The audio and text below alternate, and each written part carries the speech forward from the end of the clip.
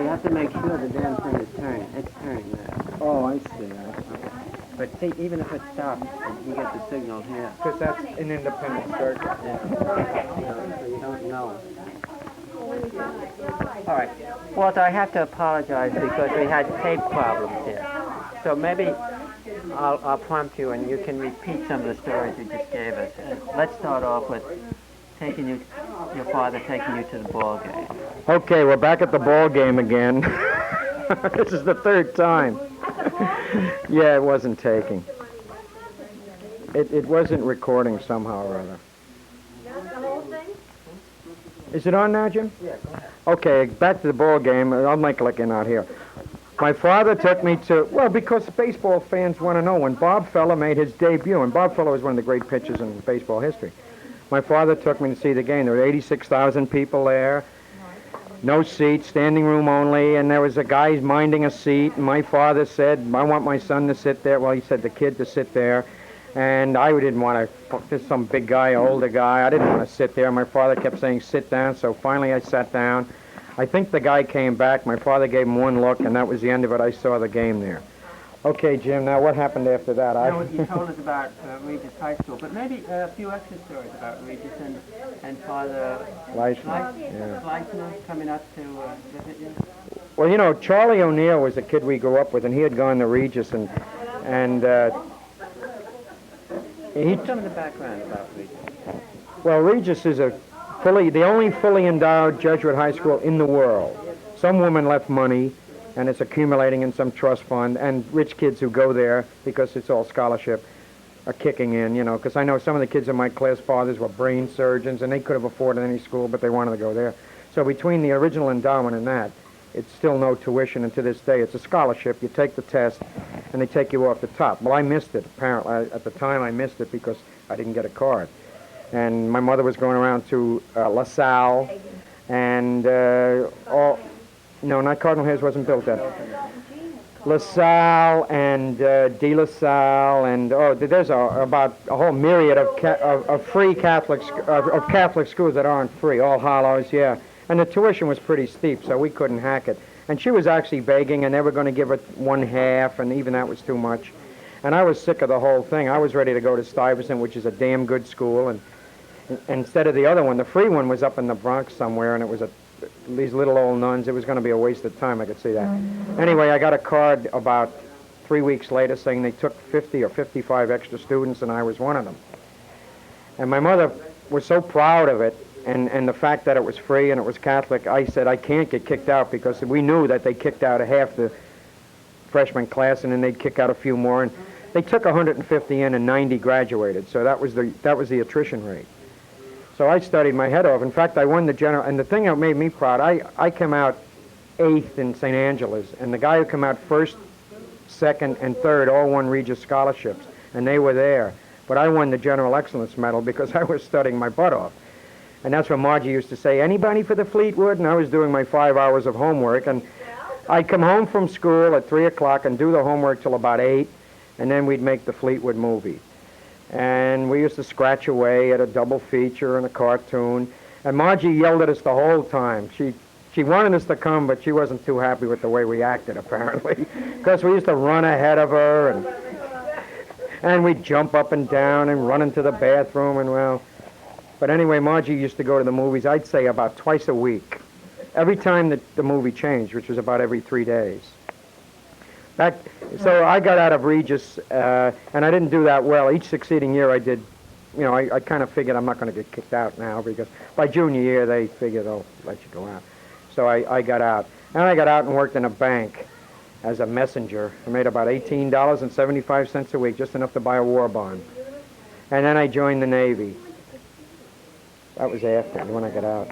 That was a step up. Yeah. When I joined the Navy, my Uncle Al came down with me because he was a ramrod. I mean, he was a great, strong man.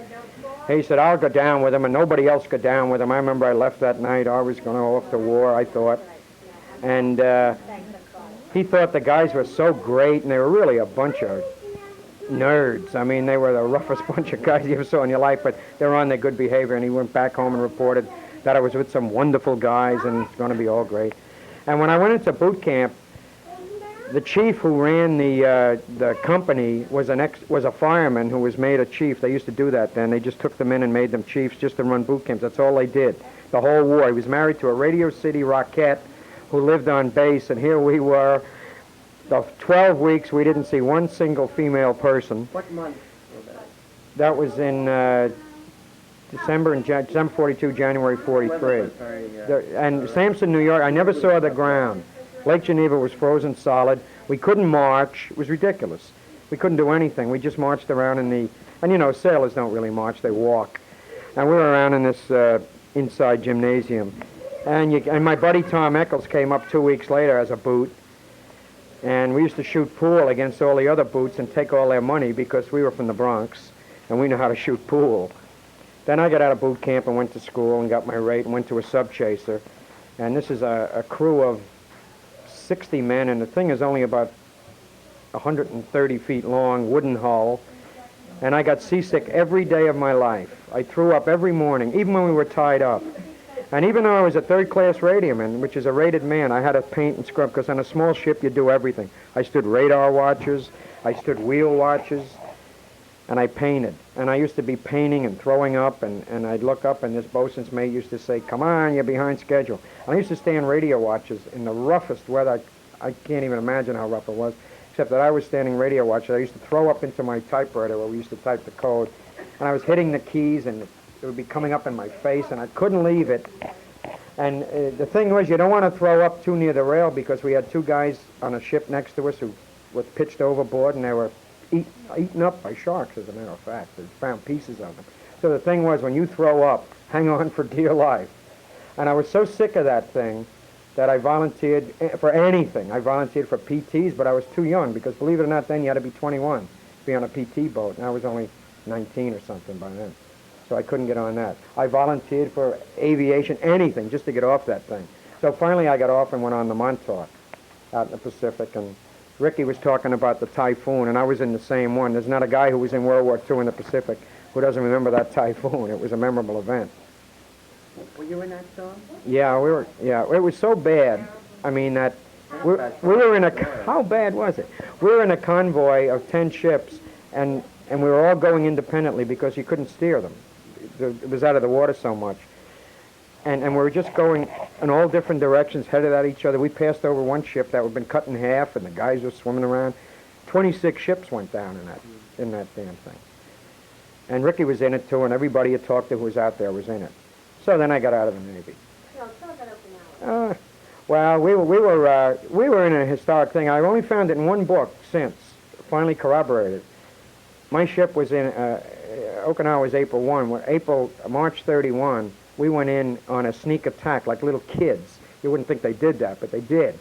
20 ships, 10 destroyers and 10, we were carrying Marines, went in the night before on a feint invasion to fool the Japs. We actually put the boats in the water, and the first kamikaze hit of World War II was a ship right next to me, a ship that I had trained on in Newport before I ever got on the Subchaser. That was just a training ship, and another LST. And then all those ships went back home. We were the only one. And we joined the main invasion group for 15 or 16 days. And you know, we had the kamikazes and all that stuff. And then I got out and went back to the 20 Club, as I mentioned before. It wasn't recorded, and the guys lined up to get on this club we heard about. The story with Jimmy Nolan? Oh, yeah. When I was on the Subchaser, we were tied up. It was down in New Orleans. The ship hadn't been commissioned yet, but we were aboard it.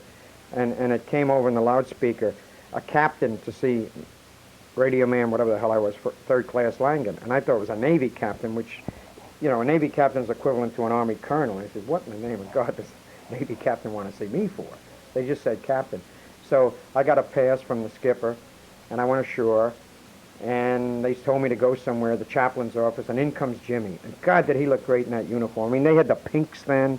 Well, didn't he go aboard the ship? Well, no, I met him that first time, and I talked to him a while, and he says, I'd like to come aboard. I said, well, because I had to go back. So the next day we were in dry dock, and that little ship, they pulled the thing way up, and they had this ladder. It must have been 2,000 rungs, a rickety old thing.